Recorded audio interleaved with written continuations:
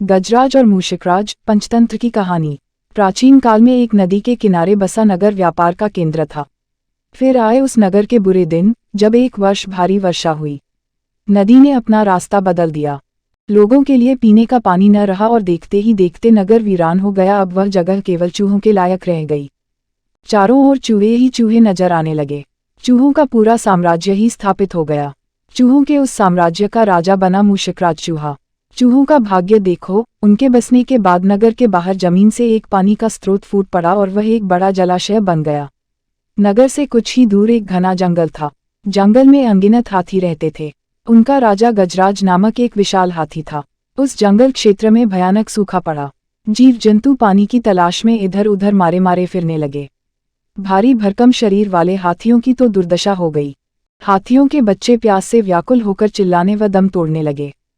गजराज खुद सूखे की समस्या से चिंतित था और हाथियों का कष्ट जानता था। एक दिन गजराज की मित्र चील ने आकर खबर दी कि खंडहर बने नगर के दूसरी ओर एक जलाशय है। गजराज ने सबको तुरंत उस जलाशय की ओर चलने का आदेश दिया। सैकड़ों हाथी प्यास बुझाने अड़ोलते हुए चल पड़े। जलाशय तक पहुंचने के लिए उन्हें खंडहर बने नगर के बीच से गुजरना पड़ा। हाथियों के हजारों पैर चूहों को रौंदते हुए निकल गए। हजारों चूहे मारे गए। खंडहर नगर की सड़कें चूहों के खून मांस के कीचड़ से लथपथ हो गई। मुसीबत यहीं खत्म नहीं हुई। हाथियों का दल फिर उसी रास्ते से लौटा। हाथी रोज उसी मार्ग से पानी पीने जाने लगे। काफी सोचने विचारने के बाद मूषिकराज के मंत्रियों ने कहा, महाराज, आपको ही जाकर गजराज से बात करनी चाहिए। वह दयालु हाथी हैं। मूषिकराज हाथियों के वन में गया। एक बड़े पेड़ के नीचे गजराज खड़ा था। मूषिकराज उसके सामने के बड़े पत्थर के ऊपर चढ़ा और गजराज को नमस्कार करके बोला। गजराज को मूषिकराज का नमस्कार। हे महान हाथी, मैं एक निवेदन करना चाहता हूँ। आवाज गजराज के कानों तक नहीं पहुँच रही थी। दयालु गजराज उसकी बात सुनने के लिए नीचे बैठ गया और अपना एक कान पत्थर पर चढ़े मूषिकराज के निकट ले जाकर बोला, नन्हे मियाँ, आप कुछ कह रहे थे, कृपया फिर से कहिए। मूषिकराज बोला, हे गजराज, मुझे चूहा कहते हैं। हम बड़ी संख्या में खंडहर बनी नगरी में रहते हैं।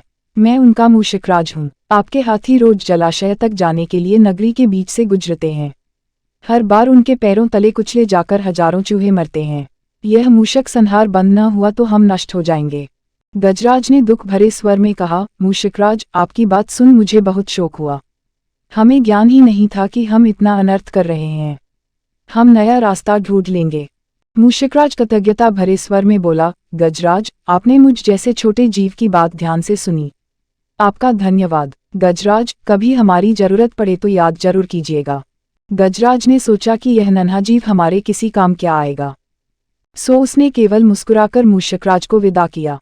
कुछ दिन बाद पड़ोसी देश के राजा ने सेना को मजबूत बनाने के लिए उसमें हाथी शामिल करने का निर्णय लिया। राजा के लोग हाथी पकड़ने आए। जंगल में आकर वे चुपचाप कई प्रकार के जाल बिछाकर चले जाते हैं। सैकड़ों हाथी पकड़ लिए गए।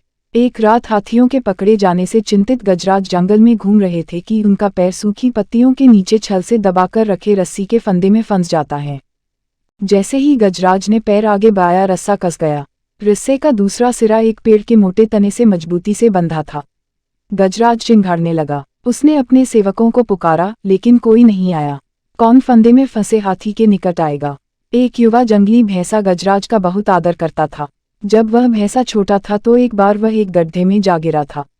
उसकी चिल्लाहट सुनकर गजराज ने उसकी जान बचाई थी। चिंगार सुनकर वह दौड़ा और फंदे में फंसे गजराज के पास पहुंचा। गजराज की हालत देख उसे बहुत धक्का लगा। वह चीखा, यह कैसा अन्याय है। गजराज, बताए क्या करूं। मैं आपको छुड़ाने के लिए अपनी जान भी दे सकता हूं। गजराज बोले, बेटा, तुम बस दौड़कर खंडहर नगरी जाओ और चूहों के राजा मूषिकराजा को सारा हाल बताना। उससे कहना कि मेरी सारी आस टूट चुकी है। भैंसा अपनी पूरी शक्ति से दौड़ा दौड़ा मूषिकराज के पास गया और सारी बात बताई।